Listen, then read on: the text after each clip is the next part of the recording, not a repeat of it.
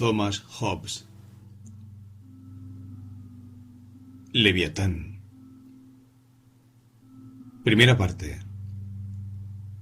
Del hombre. Capítulo 1. De las sensaciones.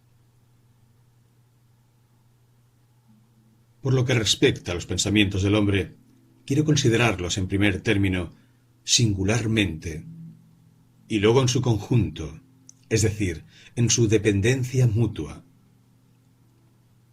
Singularmente, cada uno de ellos es una representación o apariencia de cierta cualidad o de otro accidente de un cuerpo exterior a nosotros, de lo que comúnmente llamamos objeto. Dicho objeto actúa sobre los ojos, oídos y otras partes del cuerpo humano, y por su diversidad de actuación produce diversidad de apariencias. El origen de todo ello es lo que llamamos sensación. En efecto, no existe ninguna concepción en el intelecto humano que antes no haya sido recibida, totalmente o en parte, por los órganos de los sentidos. Todo lo demás deriva de ese elemento primordial. Para el objeto que ahora nos proponemos, no es muy necesario conocer la causa natural de las sensaciones. Ya en otra parte he escrito largamente acerca del particular. No obstante, para llenar en su totalidad las exigencias del método que ahora me ocupa, quiero examinar brevemente, en este lugar, dicha materia. La causa de la sensación es el cuerpo externo u objeto que actúa sobre el órgano propio de cada sensación, ya sea de modo inmediato, como en el gusto o en el tacto, o mediatamente, como en la vista, el oído y el olfato. Dicha acción, por medio de los nervios y otras fibras y membranas del cuerpo, se adentra por éste hasta el cerebro y el corazón, y causa allí una resistencia, reacción o esfuerzo del corazón para libertarse. Esfuerzo que, dirigido hacia el exterior, parece ser algo externo. Esta apariencia fantasía es lo que los hombres llaman sensación, y consiste para el ojo en una luz o color figurado, para el oído en un sonido, para la pituitaria en un olor, para la lengua o el paladar en un sabor, para el resto del cuerpo en calor, frío, dureza, suavidad y otras diversas cualidades que por medio de la sensación discernimos. Todas estas cualidades se denominan sensibles y no son, en el objeto que las causa, sino distintos movimientos en la materia, mediante los cuales actúa ésta diversamente sobre nuestros órganos.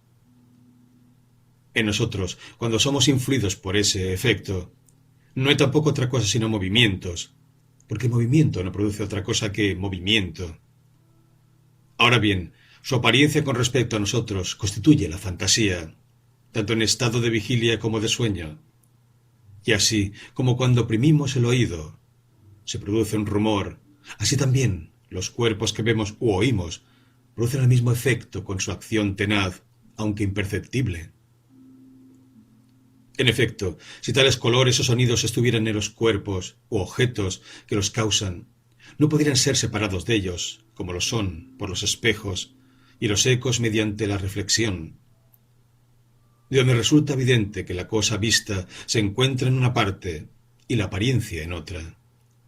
Y aunque a cierta distancia, lo real, el objeto visto parece revestido por la fantasía que nosotros produce, lo cierto es que una cosa es el objeto y otra la imagen o fantasía. Así que las sensaciones, en todos los casos, no son otra cosa que fantasía original, causada, como ya he dicho, por la presión, es decir, por los movimientos de las cosas externas sobre nuestros ojos, oídos y otros órganos. Ahora bien, las escuelas filosóficas en todas las universidades de la cristiandad, fundándose sobre ciertos textos de Aristóteles, enseñan otra doctrina y dicen, por lo que respecta a la visión, que la cosa vista emite de sí por todas partes una especie visible, aparición o aspecto o cosa vista. La recepción de ello por el ojo constituye la visión. Y por lo que respecta a la audición, dicen que la cosa oída emite de sí una especie audible, aspecto cosa audible, que al penetrar en el oído engendra la audición. Incluso por lo que respecta a la causa de la comprensión, dicen que la cosa comprendida emana de sí una especie inteligible, es decir, un inteligible que al llegar a la comprensión nos hace comprender. No digo esto con propósito de censurar lo que es costumbre en las universidades, sino porque, como posteriormente de referirme a su misión en el Estado, me interesa haceros ver, en todas ocasiones, qué cosas deben ser enmendadas al respecto. Entre ellas está la frecuencia con que usan elocuciones desprovistas de significación. Capítulo 2. De la imaginación. Que cuando una cosa permanece en reposo, seguirá manteniéndose así, a menos que algo la perturbe. Es una verdad de la que nadie duda, pero que cuando una cosa está en movimiento, continuará moviéndose eternamente, a menos que algo la detenga, constituye una afirmación no tan fácil de entender, aunque la razón sea idéntica, a saber, que nada puede cambiar por sí mismo. En efecto, los hombres no miden solamente a los demás hombres, sino a todas las otras cosas, por sí mismos. Y como ellos mismos se encuentran sujetos, después del movimiento, a la pena y al cansancio, piensa que toda cosa tiende a cesar de movimiento y procura reposar por decisión propia. Tienen poco en cuenta el hecho de si no existe otro movimiento en el cual consista este deseo de descanso que advierten en sí mismos.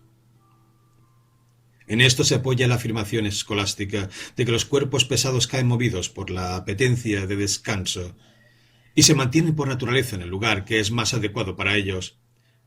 De este modo se adscribe absurdamente a las cosas inanimadas apetencia y conocimiento de lo que es bueno para su conservación, lo cual es más de lo que el hombre tiene.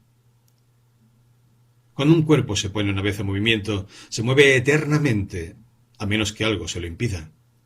Y el obstáculo que encuentra no puede detener ese movimiento en un instante, sino con el transcurso del tiempo y por grados. Y del mismo modo que vemos en el agua cómo, cuando el viento cesa, las olas continúan batiendo durante un espacio de tiempo, así ocurre también con el movimiento que tiene lugar en las partes internas del hombre, cuando ve, sueña, etc. En efecto, aunque después que el objeto ha sido apartado de nosotros, si cerramos los ojos, seguiremos reteniendo una imagen de la cosa vista, aunque menos precisa que cuando la veíamos. Tal es lo que los latinos llaman imaginación, de la imagen que en la visión fue creada. Y esto mismo se aplica, aunque impropiamente, a todos los demás sentidos. Los griegos, en cambio, la llamaban fantasía, que quiere decir apariencia, y es tan peculiar de un sentido como de los demás. Por consiguiente, la imaginación no es otra cosa sino una sensación que se debilita, sensación que se encuentra en los hombres y en muchas otras criaturas vivas, tanto durante el sueño como en estado de vigilia. La debilitación de las sensaciones en el hombre, que se halla en estado de vigilia, no es la debilitación del movimiento que tiene lugar en las sensaciones. Más bien es una obnubilación de ese movimiento, algo análogo a como la luz del sol oscurece la de las estrellas. En efecto, las estrellas no ejercen menos en el día que por la noche la virtud que las hace visibles. Pero así como entre las diferentes solicitaciones que nuestros ojos, nuestros oídos y otros órganos reciben de los cuerpos externos, sólo la predominante es sensible. Así también, siendo predominante la luz del sol, no impresiona a nuestros sentidos la acción de las estrellas. Cuando se aparta de nuestra vista cualquier objeto, la impresión que hizo en nosotros permanece. Ahora bien, como otros objetos más presentes vienen a impresionarnos, a su vez, la imaginación del pasado se oscurece y debilita. Así ocurre con la voz del hombre entre los rumores cotidianos. De ello se sigue que, cuanto más largo es el tiempo transcurrido desde la visión o sensación de un objeto, tanto más débil es la imaginación. El cambio continuo que se opera en el cuerpo del hombre destruye con el tiempo las partes que se movieron en la sensación. A su vez, la distancia en el tiempo o en el espacio producen en nosotros el mismo efecto.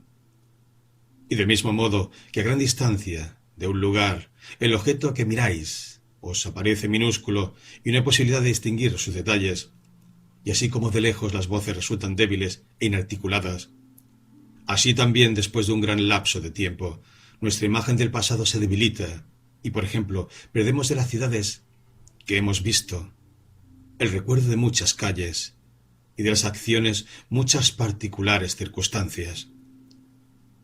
Esta sensación decadente, si queremos expresar la misma cosa, me refiero a la fantasía. La llamamos imaginación, como ya dije antes. Pero cuando queremos expresar ese decaimiento y significar que la sensación se atenúa, envejece y pasa, la llamamos memoria. Así, imaginación y memoria son una misma cosa que para diversas consideraciones posee también nombres diversos. Memoria. Una memoria copiosa o la memoria de muchas cosas se denomina experiencia. La imaginación se refiere solamente a aquellas cosas que antes han sido percibidas por los sentidos, bien sea de una vez o por partes, en tiempos diversos. La primera, que consiste en la imaginación del objeto entero, tal como fue presentado a los sentidos, es simple imaginación. Así ocurre cuando alguien imagina un hombre o un caballo que vio anteriormente. La otra es compuesta, como cuando de la visión de un hombre en cierta ocasión y de un caballo en otra, componemos en nuestra mente la imagen de un centauro. Así también cuando un hombre combina la imagen de su propia persona con la imagen de las acciones de otro hombre. Por ejemplo, cuando un hombre se imagina a sí mismo ser un Hércules o un Alejandro, cosa que ocurre con frecuencia a quienes leen novelas en abundancia. Se trata de una imaginación compuesta, pero propiamente de una ficción mental. Existen también otras imágenes que se producen en los hombres, aunque en estado de vigilia, a causa de una gran impresión recibida por los sentidos. Por ejemplo, cuando se mira fijamente al sol, la impresión deja ante nuestros ojos durante largo tiempo una imagen de dicho astro. Cuando se mira con fijeza y de un modo prolongado figuras geométricas, el hombre en la oscuridad, aunque esté despierto, tiene luego imágenes de líneas y ángulos ante sus ojos. Este género de fantasía no tiene nombre particular, por ser algo que comúnmente no cae bajo el discurso humano. Ensueños. Las imaginaciones de los que duermen constituyen lo que llamamos ensueños. También estas, como todas las demás imaginaciones, han sido percibidas antes, totalmente o en partes, por los sentidos. Y como el cerebro y los nervios, necesarios a la sensación, quedan tan aletargados en el sueño que difícilmente se mueven por la acción de los objetos externos, durante el sueño no puede producirse otra imaginación ni, en consecuencia, otro ensueño sino el que procede de la agitación de las partes internas del cuerpo humano. Dada la conexión que tiene con el cerebro y otros órganos, cuando estos elementos internos se perturban, ponen a dichos órganos en movimiento, solo que hallándose entonces algo aletargados los órganos de la sensación, y no existiendo un nuevo objeto que pueda dominarla u obscurecerla con una impresión más vigorosa, el ensueño tiene que ser más claro que el silencio de las sensaciones que lo son nuestros pensamientos en el estado de vigilia. Y aún suele ocurrir que resulte difícil, y en ciertos casos imposible, distinguir exactamente entre sensación y ensueño. Por mi parte, cuando considero que en los sueños no pienso con frecuencia ni constantemente en las mismas personas, lugares, objetos y acciones que cuando estoy despierto, ni recuerdo durante largo rato una serie de pensamientos coherentes con los ensueños de otros tiempos, y como, además, cuando estoy despierto observo frecuentemente lo absurdo de los sueños, pero nunca sueño con lo absurdo de mis pensamientos en estado de vigilia, me satisface advertir que estando despierto yo sé que no sueño, mientras que cuando duermo no pienso estar despierto. Si advertimos que los ensueños son causados por la destemplanza de algunas partes internas del cuerpo, tendremos que estas diversas destemplanzas causarán necesariamente ensueños diferentes. Así acontece que cuando se tiene frío estando echado, se sueña con cosas de terror, y surge la idea o imagen de algún objeto temible, siendo recíproco el movimiento del cerebro a las partes internas y de las partes internas al cerebro. Del mismo modo que la cólera causa calor en algunas partes del cuerpo cuando estamos despiertos. Así, cuando dormimos, el exceso de calor de las mismas partes causa cólera y engendra en el cerebro la imagen de un enemigo. De la misma manera, la pasión natural, cuando estamos despiertos, engendra deseo. Y el deseo produce calor en otras ciertas partes del cuerpo. Así también, el exceso de ardor en estas partes, cuando estamos durmiendo, sucede en el cerebro la imagen de algún anhelo antes sentido. En suma, nuestros ensueños son el reverso de nuestras imágenes en estado de vigilia. Solo que cuando estamos despiertos, el movimiento se inicia en un extremo y cuando dormimos, en otros. Apariciones y visiones. La mayor dificultad en discriminar los ensueños de un hombre y sus pensamientos en estado de vigilia se advierte cuando por accidente dejamos de observar que estamos durmiendo, cosa que fácilmente ocurre al hombre que está lleno de terribles pensamientos y cuya conciencia se halla perturbada, hasta el punto de que duerme, aun en circunstancias extrañas. Por ejemplo, al acostarse o al desnudarse, lo mismo que otros dormitan en el sillón. En efecto, quien está apenado y se afana, en vano, por dormir, si una fantasía extraña o exorbitante se le aparece, fácilmente propenderá a pensar en un ensueño. Cuentan que Marco Bruto, un personaje a quien dio vida Julio César y le hizo su favorito, no obstante lo cual fue asesinado por él, que el Filippi, la noche de la víspera de la batalla contra César Augusto, vio una aparición espantable que los historiadores presentan, por lo común, como una visión. Ahora bien, teniendo en cuenta las circunstancias, fácilmente podemos inferir que no se trataba sino de un ensueño fugaz. Hallándose sentado en su tienda, pensativo y conturbado por el acto cometido, no fue difícil para él, aterido de frío como estaba, soñar acerca de lo que más le afligía.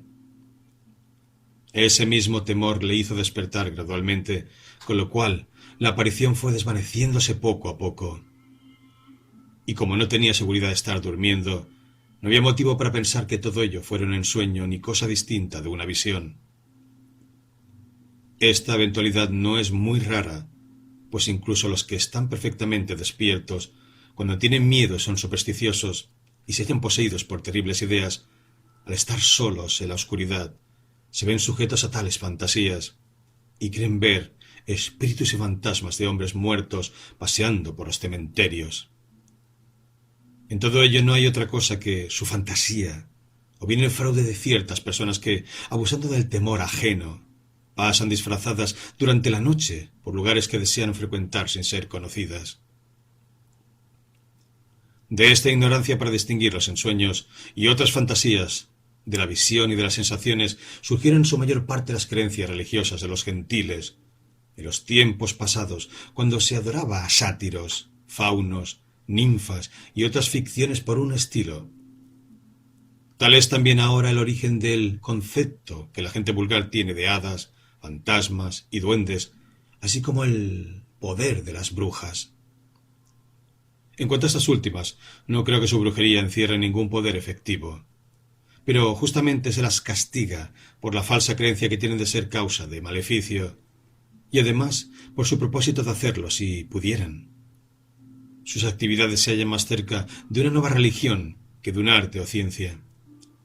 En cuanto a las hadas y fantasmas deambulantes, el concepto que sobre ellos se tiene se inició seguramente, o por lo menos no ha sido contradicho, para acreditar el uso de exorcismos, cruces, agua bendita y otras parecidas invenciones de personas supersticiosas.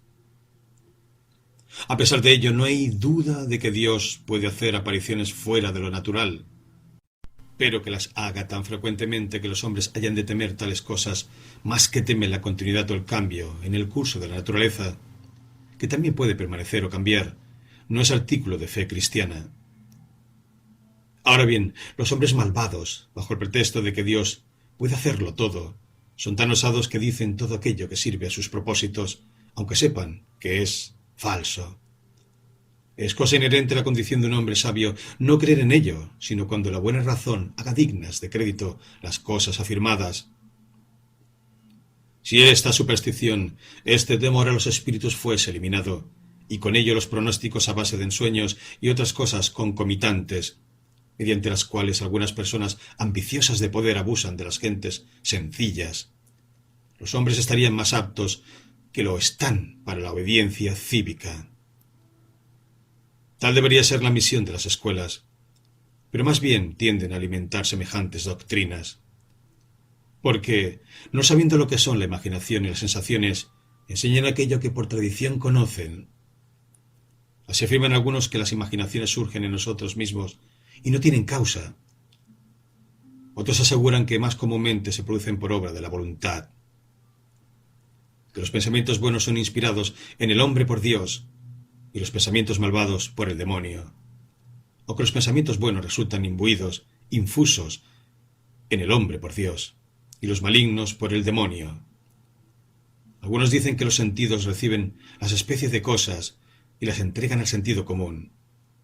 El sentido común las transmite a la fantasía, y ésta a la memoria, y la memoria al juicio, lo cual parece pura tradición de cosas, con muchas palabras que no ayudan a la comprensión. Entendimiento. La imaginación que se produce en el hombre, o en cualquier otra criatura dotada con la facultad de imaginar, por medio de palabras u otros signos voluntarios, es lo que generalmente llamamos entendimiento, que es común a los hombres y a los animales. Por el hábito, un perro llegará a entender la llamada o la reprimenda de su dueño, y lo mismo ocurrirá con otras bestias. El entendimiento que es peculiar al hombre no es solamente comprensión de su voluntad, sino que sus concepciones y pensamientos, por la sucesión y agrupación de los nombres de las cosas en afirmaciones, negaciones y otras formas de expresión. De este género de entendimiento he de hablar más adelante. Capítulo 3. De la consecuencia o serie de imaginaciones. Por consecuencia, o serie de pensamientos, comprendo la sucesión de un pensamiento a otro. Es lo que, para distinguirlo del discurso en palabras, denominamos discurso mental. Cuando un hombre piensa en una cosa cualquiera, su pensamiento inmediatamente posterior no es, en definitiva, tan casual como pudiera parecer. Un pensamiento cualquiera no sucede a cualquier otro pensamiento de modo indiferente. Del mismo modo que no tenemos imágenes, a no ser que antes hayamos tenido sensaciones en conjunto, en partes, así tampoco tenemos transición de una imagen a otra, si antes no la hemos tenido en nuestras sensaciones. La razón de ello es la siguiente. Todas las fantasías son movimientos efectuados dentro de nosotros, reliquias de los que se han operado en la sensación. Estos movimientos, que inmediatamente se suceden en las sensaciones, siguen hallándose también conjuntos después de ellas. Así, al volver a ocupar el primer movimiento, un lugar predominante, continúa el segundo por coherencia, con la materia movida, como el agua sobre una mesa puede ser empujada de una parte a otra guiada por el dedo. Pero como en las sensaciones, tras una sola misma cosa percibida, viene una vez una cosa y otras otra. Así ocurre también en el tiempo, que al imaginar una cosa, no podemos tener certidumbre de lo que habremos de imaginar a continuación. Solo una cosa es cierta. Algo debe haber que sucedió antes, en un tiempo u otro. Serie de pensamientos sin orientación. Esta serie de pensamientos o discurso mental es de dos clases. La primera carece de orientación y designio. Es inconstante. No hay en ella pensamiento apasionado que gobierne y atraiga hacia sí mismo a los que le siguen, constituyéndose en fin u objeto de algún deseo de otra pasión. En tal caso se dice que los pensamientos fluctúan y parecen incoherentes uno respecto a otro, como en el sueño.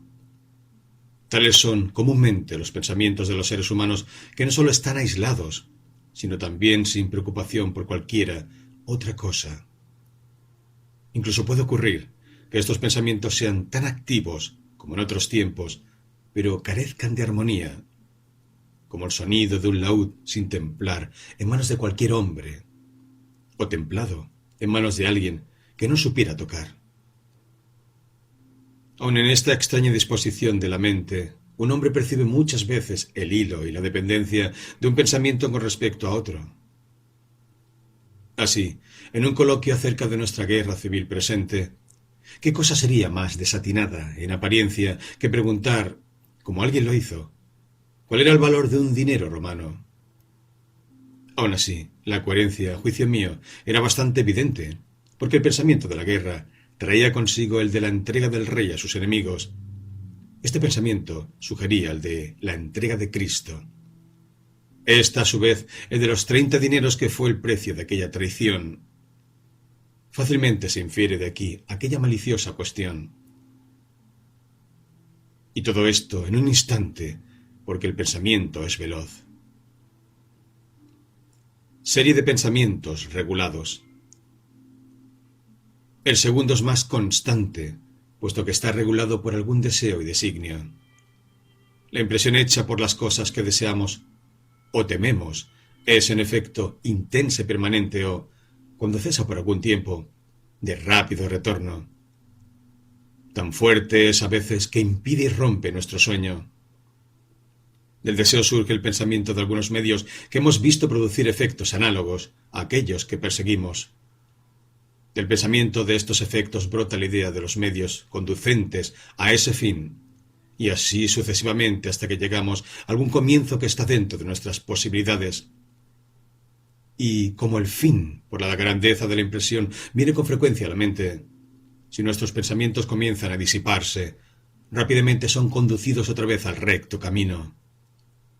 Observado esto por uno de los 7 sabios, ello le indujo a dar a los hombres este consejo que ahora recordamos. Respise finem. Es decir, en todas vuestras acciones considerad infrecuente aquello que queréis poseer, porque es la cosa que dirigirá todos vuestros pensamientos, el camino para alcanzarlo. La serie de pensamientos regulados es de 2 clases. Una cuando tratamos de inquirir las causas o medios que producen un efecto imaginado. Este género es común a los hombres y a los animales. Otra cuando, imaginando una cosa cualquiera, tratamos de determinar los efectos posibles que se pueden producir con ella. Es decir, imaginar lo que podemos hacer con una cosa cuando la tenemos. De esta especie de pensamientos, en ningún tiempo y fin, percibimos muestra alguna, sino sólo en el hombre. Esta es, en efecto, una particularidad que raramente ocurre en la naturaleza de cualquiera otra criatura viva que no tenga más pasiones que las sensoriales, tales como el hambre, la sed, el apetito sexual y la cólera. En suma, el discurso mental, cuando está gobernado por designios, no es sino búsqueda o facultad de invención, lo que los latinos llamaban sagacitas y solertia, una averiguación de las causas de algún efecto presente o pasado, o de los efectos de alguna causa pasado o presente. A veces el hombre busca lo que ha perdido, y desde el momento, lugar y tiempo en que advierte la falta, su mente retrocede de lugar en lugar y de tiempo en tiempo, para hallar dónde y cuándo la tenía. Esto es, para encontrar un tiempo y lugar evidentes y unos límites dentro de los cuales dar comienzo a una metódica investigación. Luego, desde allí, vuelven sus pensamientos hacia los mismos lugares y tiempos para hallar qué acción o qué contingencia pueden haberle hecho perder la cosa. Remembranza. Es lo que denominamos remembranza o invocación a la mente. Los latinos la llamaban reminiscencia, por considerarla como un reconocimiento de nuestras acciones anteriores. A veces el hombre conoce un lugar determinado dentro del ámbito en el cual ha de inquirir. Entonces sus pensamientos hurgan en ese sitio por todas sus partes. Del mismo modo que registraríamos una habitación para hallar una joya, o como un perro de caza recorrería el campo hasta encontrar el rastro, o como alguien consultaría el diccionario para hallar una rima. Prudencia. En ocasiones un hombre desea saber el curso de determinada acción. Entonces piensa en alguna acción pretérita semejante y en las consecuencias ulteriores de ella, presumiendo que a acontecimientos iguales han de suceder acciones iguales. Cuando uno quiere prever lo que ocurrirá con un criminal, recuerda lo que ha visto ocurrir en crímenes semejantes. El orden de sus pensamientos es este: el crimen, los agentes judiciales, la prisión, el juez y la horca. Este género de pensamiento se llama previsión, prudencia o providencia, a veces sabiduría. Aunque tales conjeturas, dada la dificultad de observar todas las circunstancias, resulten muy falaces. Mas es lo cierto que algunos hombres tienen una experiencia mucho mayor de las cosas pasadas que otros, y en la misma medida son más prudentes. Sus previsiones raramente fallan. El presente solo tiene realidad de la naturaleza. Las cosas pasadas tienen una realidad de la memoria solamente, pero las cosas por venir no tienen realidad alguna. El futuro no es sino una ficción de la mente que aplica las consecuencias de las acciones pasadas a las acciones presentes. Quien tiene mayor experiencia hacia esto con mayor certeza, pero no con certeza suficiente. Y aunque se llama prudencia, cuando el acontecimiento responde a lo que esperamos, no es por naturaleza, sino presunción. En efecto, la presunción de las cosas por venir, que es providencia, pertenece sólo a aquel por cuya voluntad sobrevienen. De él solamente, y por modo sobrenatural, procede la profecía. El mejor profeta, naturalmente, es el más perspicaz, y el más perspicaz es el más versado e instruido en las materias que examina, porque tiene mayor cantidad de signos que observar. Signos. Un signo es el acontecimiento antecedente del consiguiente, y por el contrario, el consiguiente del antecedente, cuando antes han sido observadas las mismas consecuencias. Cuanto más frecuentemente han sido observadas, tanto menos incierto es el signo, y por tanto, quien tiene más experiencia en cualquiera clase de negocios, dispone de más signos para avizorar el tiempo futuro. Como consecuencia, es el más prudente, y mucho más prudente que quien es nuevo en aquel género de negocios y no tiene, como compensación, cualquier ventaja de talento natural y desusado, aunque a veces muchos jóvenes piensan lo contrario. No obstante, no es la prudencia lo que distingue al hombre de la bestia. Hay animales que teniendo un año observan más y persiguen lo que es bueno para ellos con mayor prudencia que un niño puede hacerlo a los 10. Conjetura del tiempo pasado.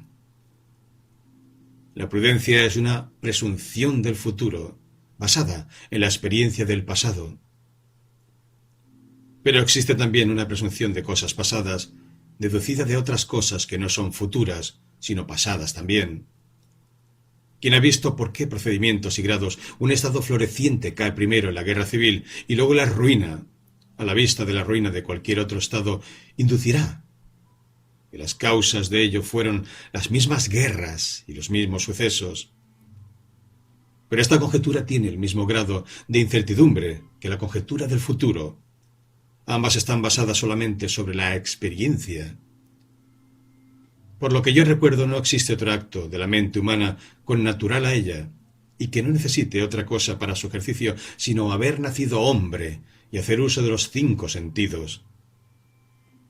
Por el estudio y el trabajo se adquieren e incrementan aquellas otras facultades de las que hablaré poco a poco y que parecen exclusivas del hombre. Muchos hombres van adquiriéndolas mediante instrucción y disciplina, y todas derivan de la invención de las palabras y del lenguaje. Porque aparte de las sensaciones y de los pensamientos, la mente del hombre no conoce otro movimiento, si bien con ayuda del lenguaje y del método. Las mismas facultades pueden ser elevadas a tal altura que distinguen al hombre de todas las demás criaturas vivas. Cualquier cosa que imaginemos es finita. Por consiguiente, no hay idea o concepción de ninguna clase que podamos llamar infinita.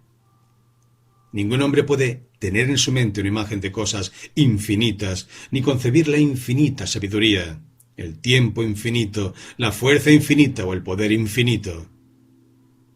Cuando decimos que una cosa que es infinita, significamos solamente que no somos capaces de abarcar los términos y límites de la cosa mencionada, con lo que no tenemos concepción de la cosa, sino de nuestra propia incapacidad.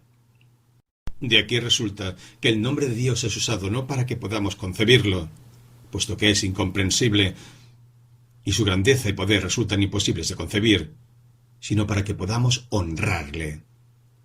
Así, tal como dije antes, cualquiera cosa que concebimos ha sido anteriormente percibida por los sentidos, de una vez o por partes, y un hombre no puede tener idea que represente una cosa no sujeta a sensación. En consecuencia, nadie puede concebir una cosa, sino que debe concebirla situada en algún lugar, provista de una determinada magnitud y susceptible de dividirse en partes. No puede ser que una cosa esté toda en este sitio y toda en otro lugar al mismo tiempo, ni que dos o más cosas estén a la vez en un mismo e idéntico lugar, porque ninguna de estas cosas es, o puede ser nunca, incidental a la sensación. Ello no son sino afirmaciones absurdas, propaladas, sin razón alguna, por filósofos fracasados y por escolásticos engañados o engañosos. Capítulo 4. Del lenguaje. Origen del lenguaje. La invención de la imprenta, aunque ingeniosa, no tiene gran importancia si se la compara con la invención de las letras. Pero ignoramos quién fue el primero en hallar el uso de las letras. Dicen los hombres que quien en primer término los trajo a Grecia fue Cadmo, hijo de Agenor, rey de Fenicia. Fue esta una invención provechosa para perpetuar la memoria del tiempo pasado y la conjunción del género humano, disperso en tantas y tan distintas regiones de la tierra.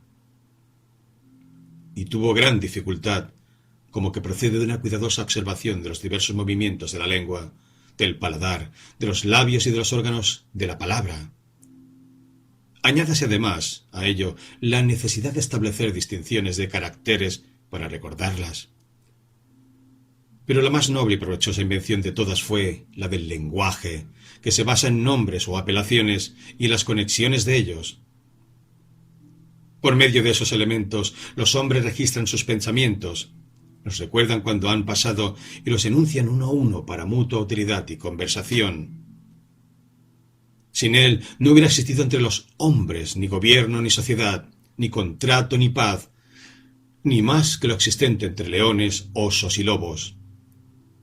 El primer autor del lenguaje fue Dios mismo, quien instruyó a Adán cómo llamar a las criaturas que iba presentando ante su vista. La escritura no va más lejos en esta materia. Ello fue suficiente para inducir al hombre a añadir nombres nuevos, a medida que la experiencia y el uso de las criaturas iban dándole ocasión, y para acercarse gradualmente a ellas de modo que pudiera hacerse entender. Y así, andando el tiempo, ha ido formándose el lenguaje tal como lo usamos, aunque no tan copioso como un orador o filósofo lo necesita.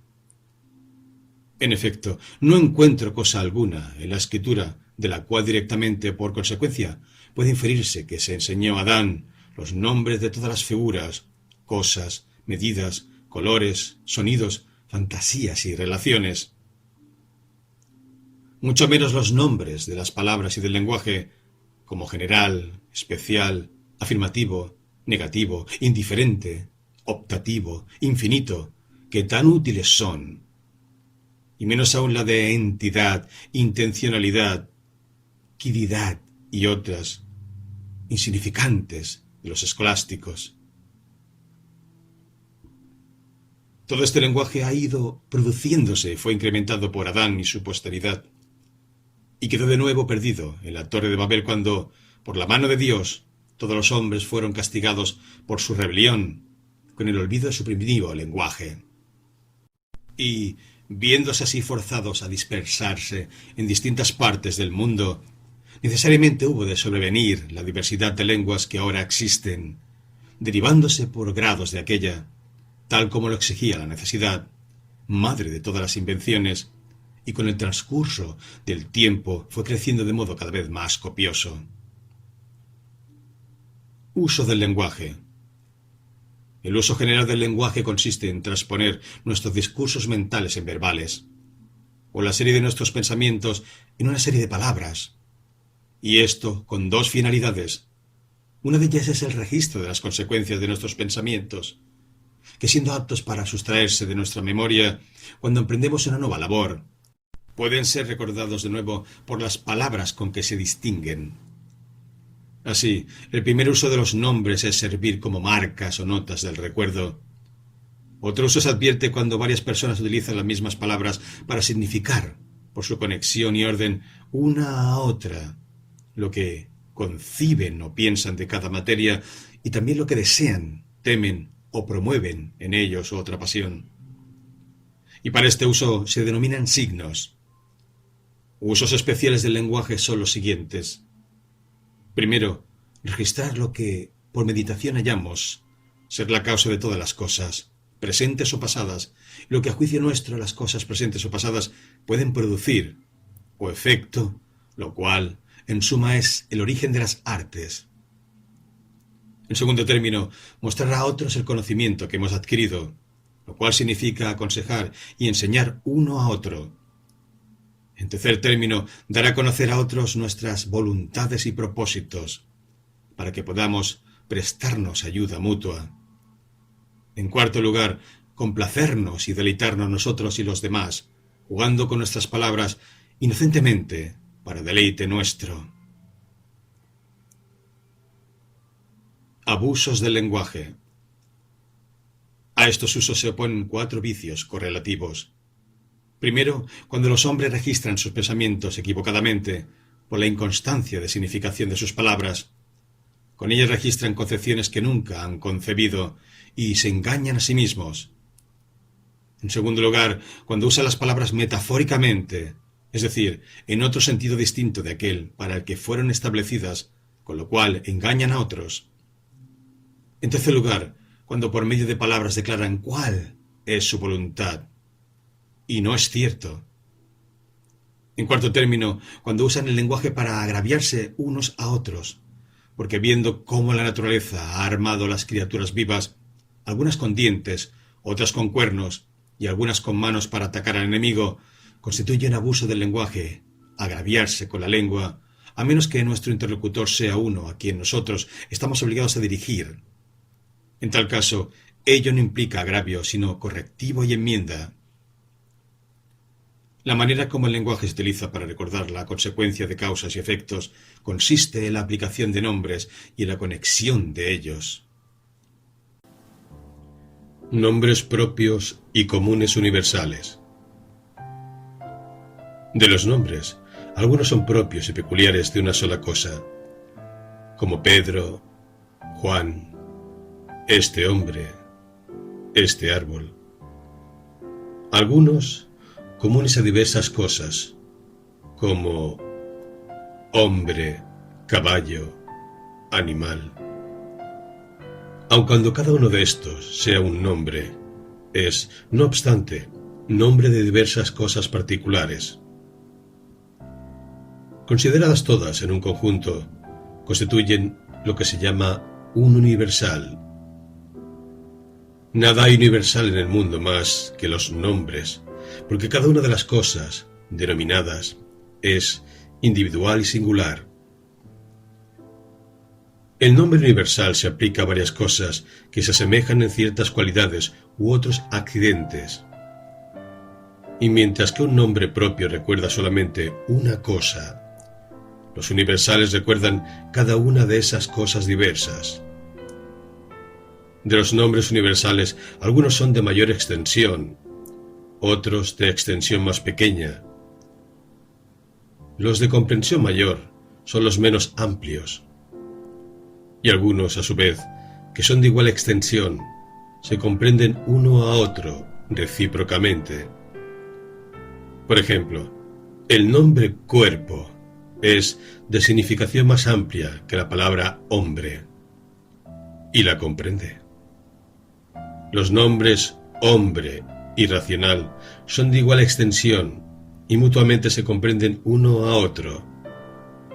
Pero ahora conviene advertir que mediante un nombre no siempre se comprende, como en la gramática, una sola palabra, sino a veces, por circunlocución, varias palabras juntas. Todas estas palabras, el que en sus acciones observa las leyes de su país, hacen un solo nombre, equivalente a esta palabra singular, justo.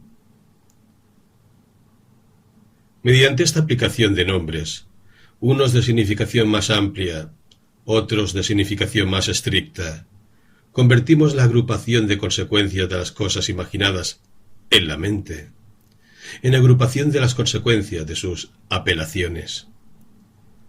Así, cuando un hombre que carece en absoluto del uso de la palabra, por ejemplo, el que nace y sigue siendo perfectamente sordo y mudo, ve ante sus ojos un triángulo y, junto a él, dos ángulos rectos, tales como son los ángulos de una figura cuadrada, puede, por meditación, comparar y advertir que los tres ángulos de ese triángulo son iguales a los dos ángulos rectos que estaban junto a él.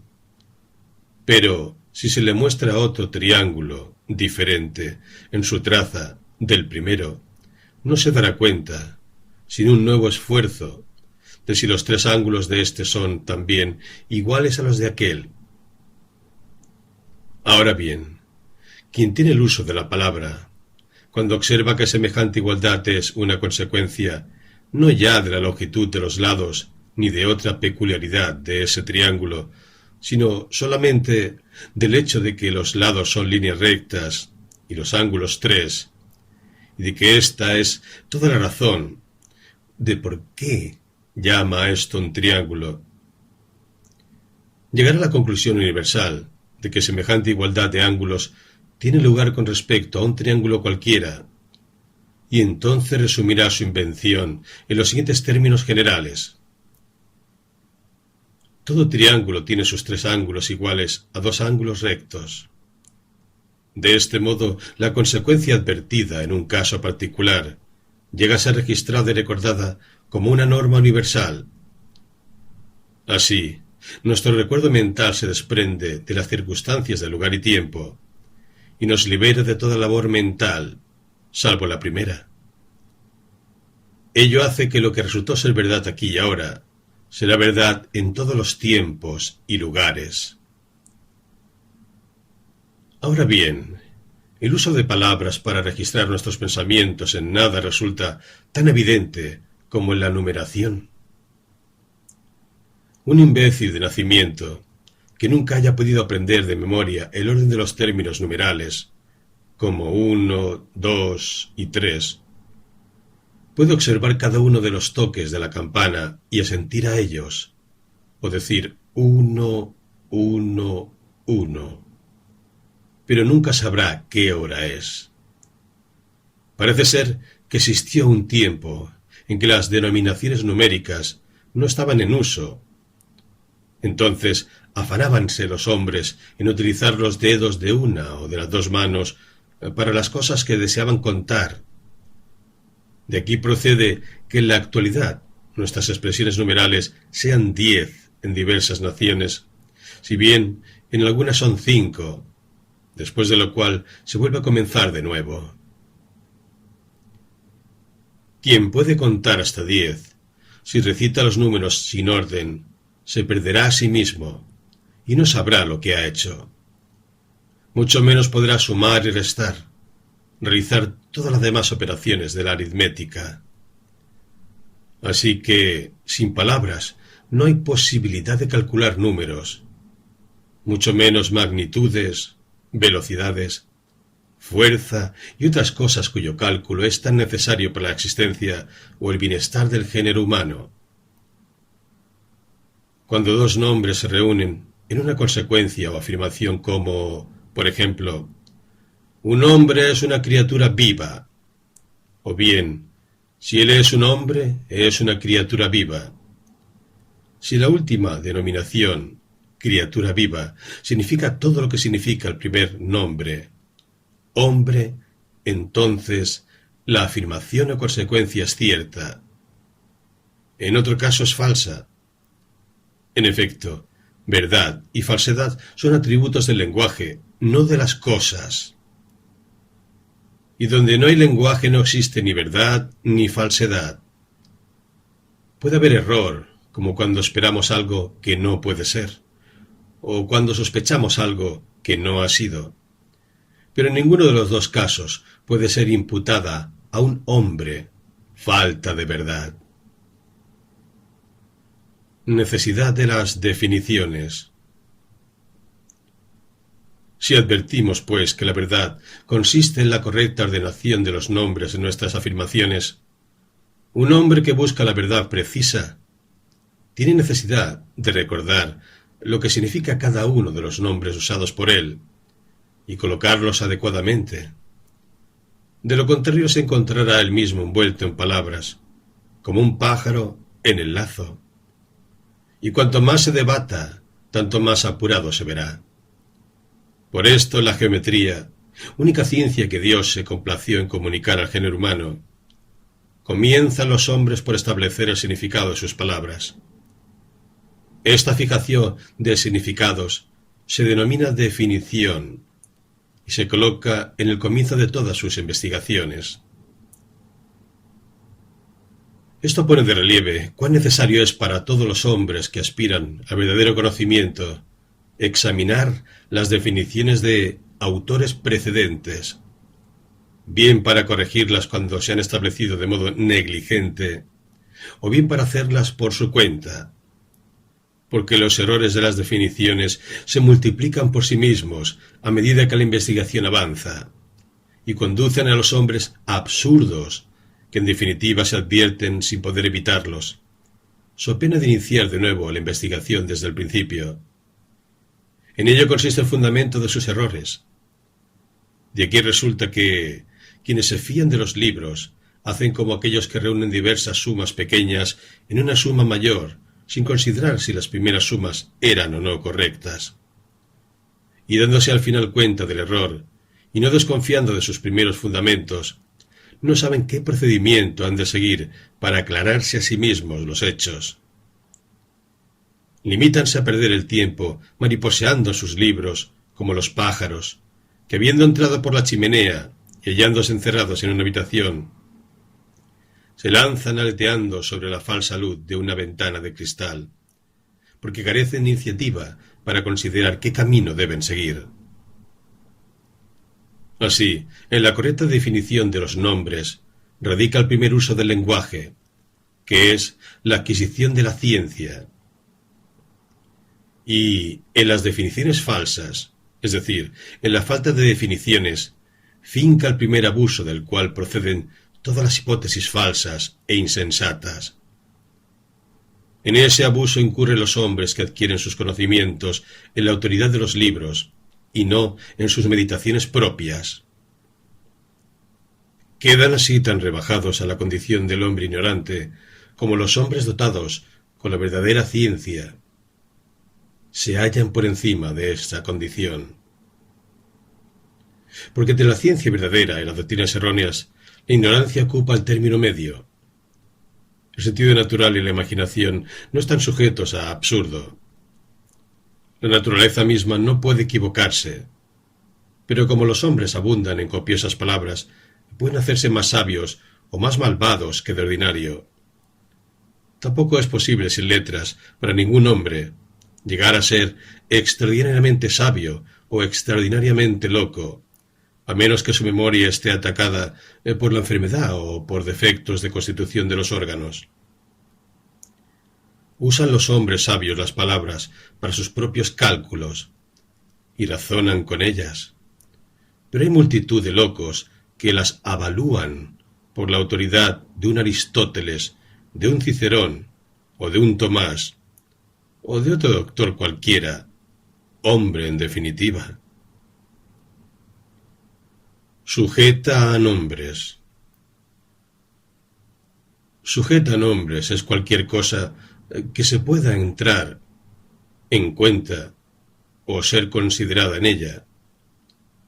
ser sumada a otra para componer una suma, o sustraída de otra para dejar una diferencia. Los latinos daban a las cuentas el nombre de rationes, y al contar ratiocinatio, y lo que las facturas o libros llamamos partidas, ellos lo llamaban nómina, es decir, nombres. Y de aquí parece derivarse que extendieron la palabra ratio a la facultad de computar en todas las demás cosas. Los griegos tienen una sola palabra, logos, para las dos cosas, lenguaje y razón. No quiere decir esto que pensaran que no existe lenguaje sin razón, sino que no hay raciocinio sin lenguaje. Y el acto de razonar lo llamaban silogismo, que significa resumir la consecuencia de una cosa enunciada respecto a otra. Y como las mismas cosas pueden considerarse respecto a diversos accidentes, sus nombres se establecen y diversifican reflejando esta diversidad. Esta diversidad de nombres puede ser reducida a 4 grupos generales. En primer término, una cosa puede considerarse como materia o cuerpo, como viva, sencilla, racional, caliente, fría, movida, quieta. Bajo todos estos nombres se comprende la palabra materia o cuerpo. Todos ellos son nombres de materia.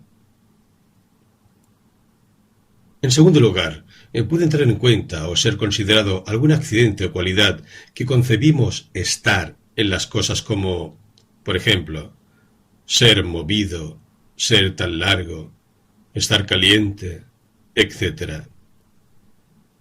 Entonces, del nombre de la cosa misma, por un pequeño cambio de significación, hacemos un nombre para el accidente que consideramos. Y para viviente, tomamos en consideración vida. Para movido, movimiento. Para caliente, calor. Para largo, longitud. Y así sucesivamente. Todas esas denominaciones son los nombres de accidentes y propiedades mediante los cuales una materia y cuerpo se distingue de otra. Todos estos son llamados nombres abstractos, porque se separan, no de la materia, sino del cómputo de la materia. En tercer lugar, consideramos las propiedades de nuestro propio cuerpo, mediante las cuales hacemos distinciones. Cuando una cosa es vista por nosotros, consideramos no la cosa misma, sino la vista, el color, la idea de ella, la imaginación. Y cuando una cosa es oída, no captamos la cosa misma, sino la audición o sonido solamente, que es fantasía o concepción de ella, adquirida por el oído, y estos son nombres de imágenes. Uso de nombres positivos. En cuarto lugar, tomamos en cuenta, consideramos y damos nombres a los nombres mismos y a las expresiones. En efecto, general, universal, especial, equívoco, son nombres de nombres. Y afirmación, interrogación, narración, silogismo, oración y otros análogos son nombres de expresiones. Esta es toda la variedad de los nombres que denominamos positivos, los cuales se establecen para señalar algo que está en la naturaleza o que puede ser imaginado por la mente del hombre, como los cuerpos que existen o cuya existencia puede concebirse, o los cuerpos que tienen propiedades o pueden imaginarse provistos de ellas, o las palabras y expresiones. Nombres negativos y sus usos. Existen también otros nombres llamados negativos, y son notas para significar que una palabra no es nombre de la cosa en cuestión. Tal ocurre con las palabras nada, nadie, infinito, indecible, 3 no son 4, etc. y otras semejantes. No obstante, tales palabras son usuales en el cálculo o en la corrección del cálculo, y aunque no son nombres de ninguna cosa, nos recuerdan nuestras pasadas cogitaciones, porque nos hacen rehusar la admisión de nombres que no se usan correctamente. Palabras sin significación. Todos los demás nombres no son sino sonidos sin sentido, y son de dos clases. Una, cuando son nuevos y su significado no está aún explicado por definición. Gran abundancia de ellos ha sido puesta en circulación por los escolásticos y los filósofos enrevesados. Otra, cuando se hace un nombre de dos nombres, cuyos significados son contradictorios e inconsistentes, como por ejemplo ocurre con la denominación de cuerpo incorporal o lo que equivale a ello, sustancia incorpórea y otros muchos. En efecto, en cualquier caso en que una afirmación es falsa, si los dos nombres de que está compuesta se reúnen formando uno, no significan nada en absoluto. Por ejemplo, si es una afirmación falsa la de decir que un círculo es un cuadrado, la frase círculo, cuadrado, no significará nada, sino un mero sonido. Del mismo modo es falso decir que la virtud puede ser insuflada o infusa.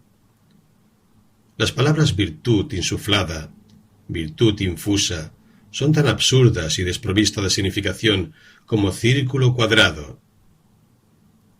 Difícilmente os encontraréis con una palabra sin sentido y significación que no esté hecha con algunos nombres latinos y griegos. Un francés raramente irá a llamar a su Salvador con el nombre de palabra, sino con el de verbo. Y sin embargo, palabra y verbo no difieren sino en que la una es latín y la otra francés.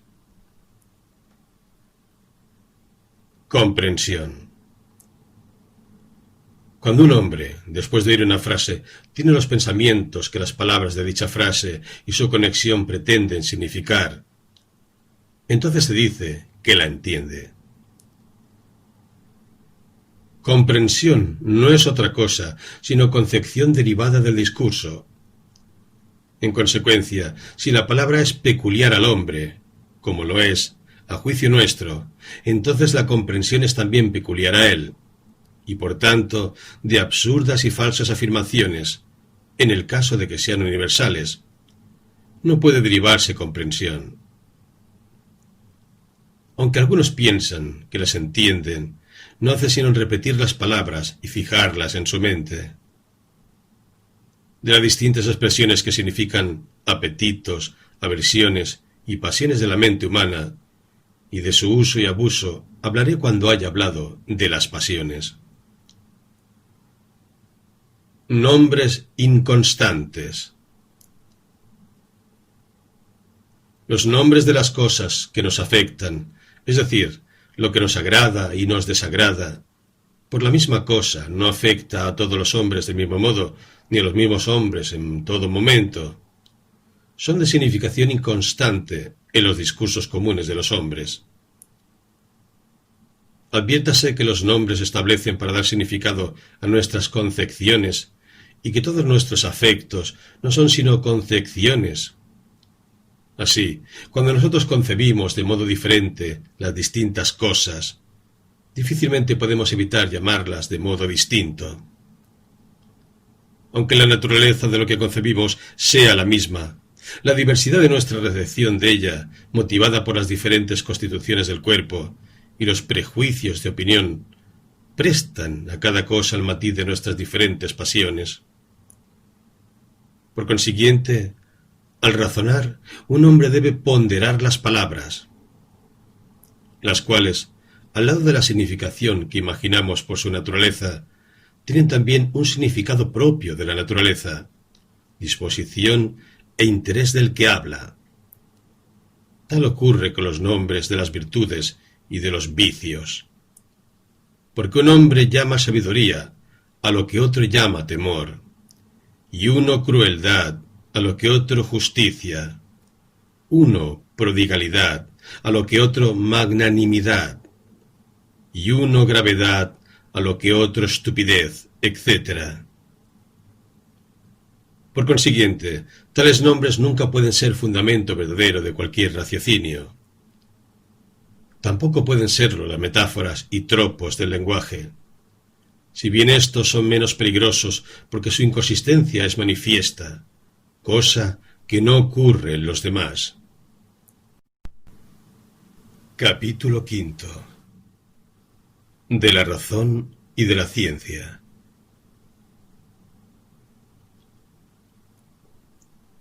¿Qué es la razón?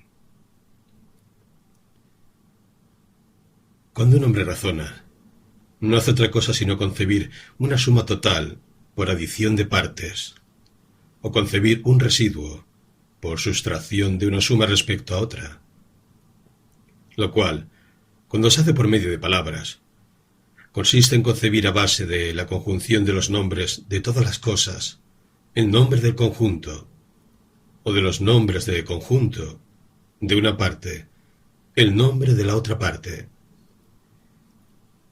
Y, aunque en algunos casos, como los números, además de sumar y restar, los hombres practican las operaciones de multiplicar y dividir, no son sino las mismas, porque la multiplicación no es sino la suma de cosas iguales, y la división la sustracción de una cosa tantas veces como sea posible.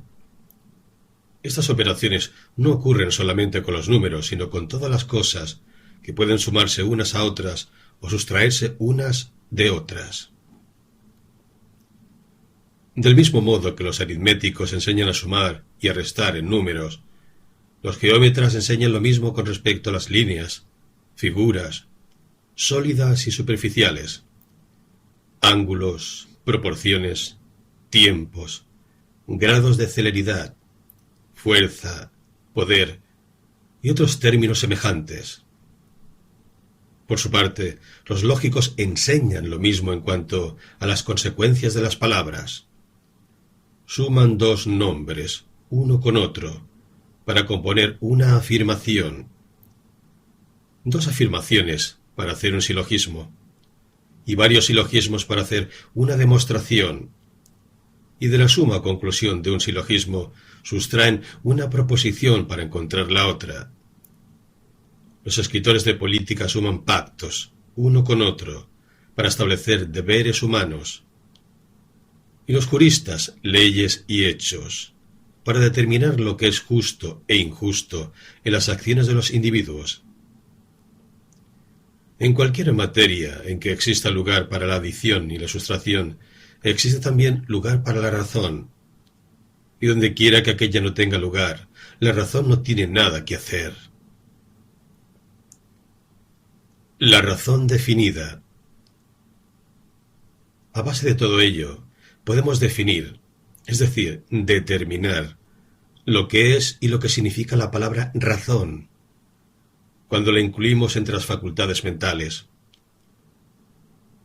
Porque razón, en ese sentido, no es sino cómputo, es decir, suma y sustracción de las consecuencias de los nombres generales convenidos para la caracterización y significación de nuestros pensamientos.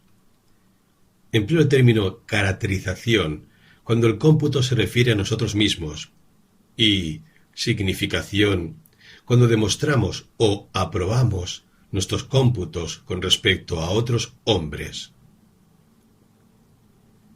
¿Dónde está la verdadera razón? Del mismo modo que en aritmética los hombres que no son prácticos yerran forzosamente, y los profesores mismos pueden errar con frecuencia y hacer cómputos falsos. Así, en otros sectores del razonamiento, los hombres más capaces, más atentos y más prácticos pueden engañarse a sí mismos e inferir falsas conclusiones. Porque la razón es, por sí misma, siempre una razón exacta, como la aritmética es un arte cierto e infalible. Sin embargo, ni la razón de un hombre, ni la razón de un número cualquiera de hombres constituye la certeza, Ni un cómputo puede decirse que es correcto, porque gran número de hombres lo haya aprobado unánimemente.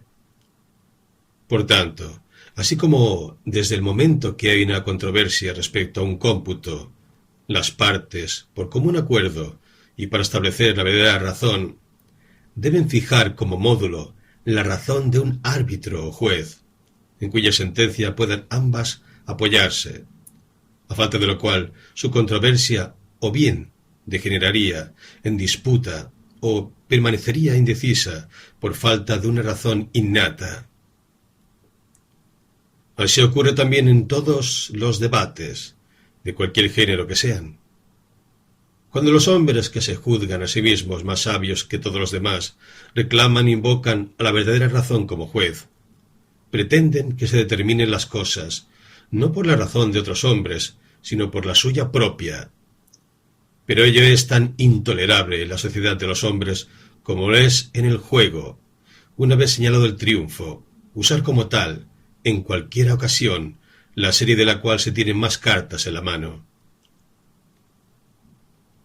No hacen entonces otra cosa tales hombres sino tomar como razón verdadera en sus propias controversias las pasiones que les dominan, revelando su carencia de verdadera razón con la demanda que hacen de ella.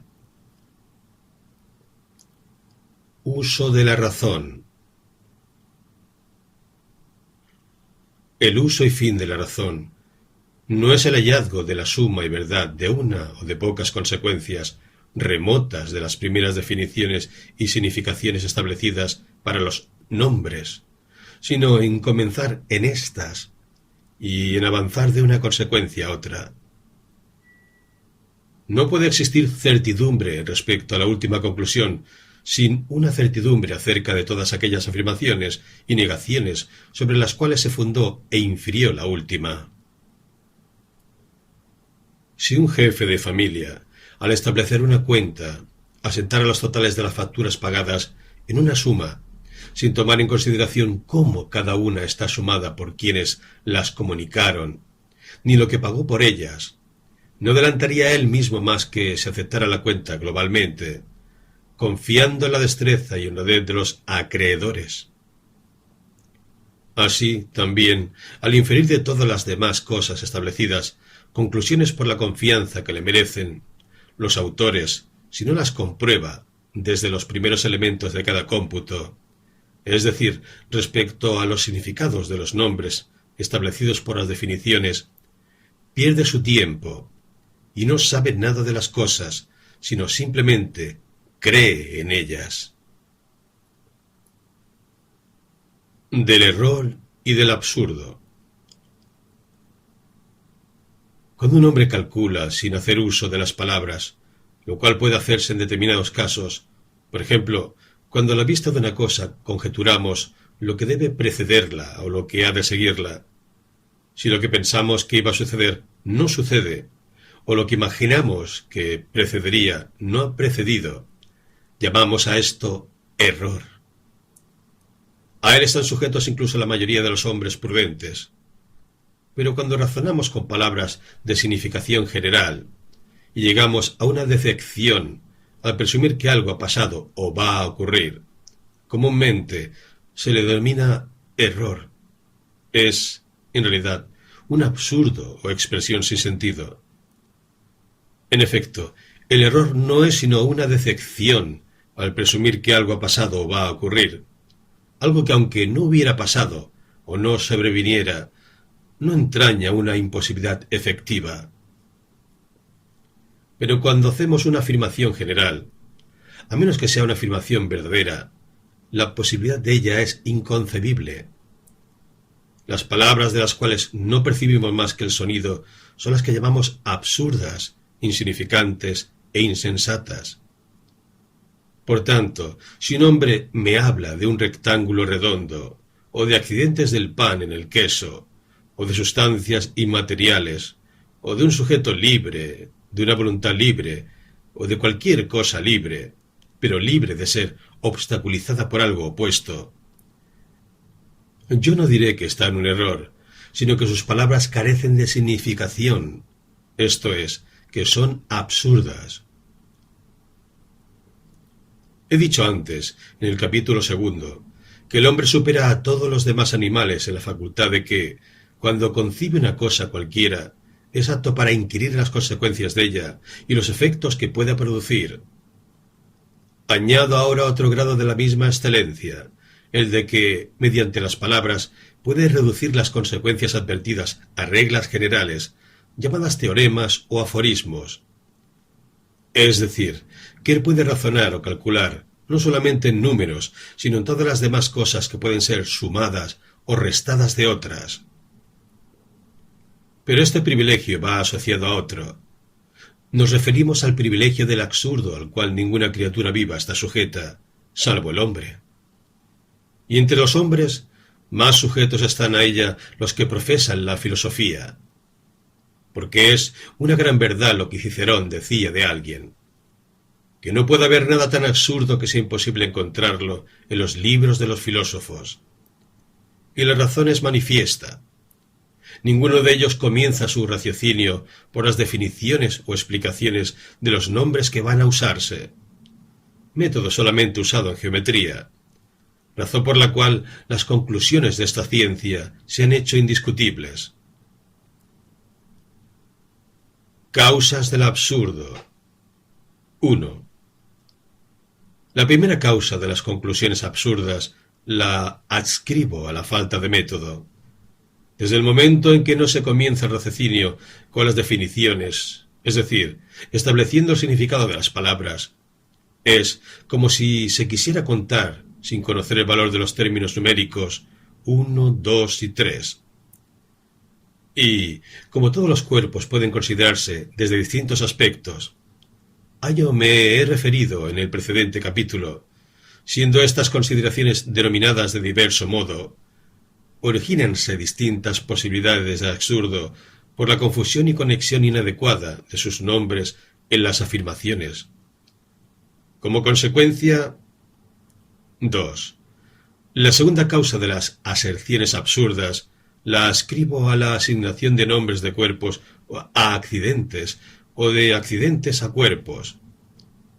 En ellas incurren quienes dicen que la fe es inspirada o infusa, cuando nada puede ser insuflado o introducido en una cosa sino un cuerpo, o bien que la extensión es un cuerpo, que los fantasmas son espíritus, etc. 3. La tercera la adscribo a la asignación de nombres de accidentes de los cuerpos situados fuera de nosotros, a los accidentes de nuestros propios cuerpos. En ella incurren los que dicen que el calor está en el cuerpo, el sonido en el oído, etc. 4. La cuarta, a la asignación de nombres de cuerpos a expresiones, como cuando se afirma que existen cosas universales, que una criatura viva es un género, o una cosa general, etc. 5. La quinta, a la asignación de nombres de accidentes a nombres y expresiones, como cuando se dice que la naturaleza de una cosa es su definición, que el mandato de un hombre es su voluntad, y así sucesivamente. 6. La sexta al uso de metáforas, tropos y otras figuras retóricas, en lugar de palabras correctas. Por ejemplo, aunque sea legítimo decir, en la conversación común, que el camino va o conduce a tal o cual parte, o que el proverbio dice esto o aquello, cuando ni los caminos pueden conducir, ni hablar los proverbios, en la determinación e investigación de la verdad no pueden admitirse tales expresiones. 7. La séptima, a nombres que no significan nada, sino que se toman y aprenden rutinariamente de las escuelas, como hipostático, transustanciación, consubstanciación, eterno actual y otras cantinelas semejantes de los escolásticos. Quien puede evitar estas cosas no es fácil que caiga en el absurdo, como no sea por la longitud de su raciocinio, caso en el cual puede olvidar lo que antes ocurrió. En efecto, todos los hombres, por naturaleza, razonan del mismo modo, y lo hacen bien, cuando tienen buenos principios, porque ¿quién sería tan estúpido para equivocarse en geometría y persistir en ello si otros le señalan su error. Ciencia. De este modo se revela que la razón no es, como el sentido y la memoria, innata en nosotros, ni adquirida por la experiencia solamente como la prudencia, sino alcanzada por el esfuerzo. En primer término, por la adecuada imposición de nombres, y en segundo lugar, aplicando un método correcto y razonable, al progresar desde los elementos, que son los nombres, a las aserciones hechas mediante la conexión de uno de ellos con otro, y luego hasta los silogismos, que son las conexiones de una aserción a otra, hasta que llegamos a un conocimiento de todas las consecuencias de los nombres relativos al tema considerado. Es esto lo que los hombres denominan ciencia. Y mientras que la sensación y la memoria no son sino conocimiento de hecho, que es una cosa pasada e irrevocable, la ciencia es el conocimiento de las consecuencias y dependencias de un hecho respecto a otro. A base de esto, partiendo de lo que en la actualidad podemos hacer, sabemos cómo realizar alguna otra cosa si queremos hacerla ahora, u otra semejante en otro tiempo. Porque cuando vemos cómo una cosa adviene, por qué causas y de qué manera, cuando las mismas causas caen bajo nuestro dominio, procuramos que produzcan los mismos efectos. Esta es la causa de que los niños no están dotados de razón, en absoluto, hasta que han alcanzado el uso de la palabra. Pero son llamadas criaturas razonables por la aparente posibilidad de tener uso de razón en tiempo venidero. La mayor parte de los hombres, aunque tienen el uso de razón en ciertos casos como, por ejemplo, para la numeración hasta cierto grado, les sirve de muy poco en la vida común. Gobiérnense ellos mismos, unos mejor, otros peor, de acuerdo con su grado diverso de experiencia, destreza de memoria e inclinaciones, hacia fines distintos, pero especialmente de acuerdo con su buena o mala fortuna y con los errores de uno respecto a otro. Por lo que a ciencia se refiere, o la existencia de ciertas reglas en sus acciones, está tan lejos de ella que no saben lo que es. De la geometría piensan que es un mágico conjuro, pero de las demás ciencias, quienes no han sido instruidos en sus principios o han hecho algunos progresos en ellas, en forma tal que pueden ver cómo se adquieren y engendran, son, en este aspecto, como niños que no tienen idea de la generación, y les hacen creer las mujeres que sus hermanos y hermanas no han nacido, sino que han sido hallados en un jardín. Eso sí, quienes carecen de ciencia se encuentran, con su prudencia natural, en mejor y más noble condición que los hombres que, por falsos razonamientos o por confiar en quienes razonan equivocadamente, formulan reglas generales que son falsas y absurdas.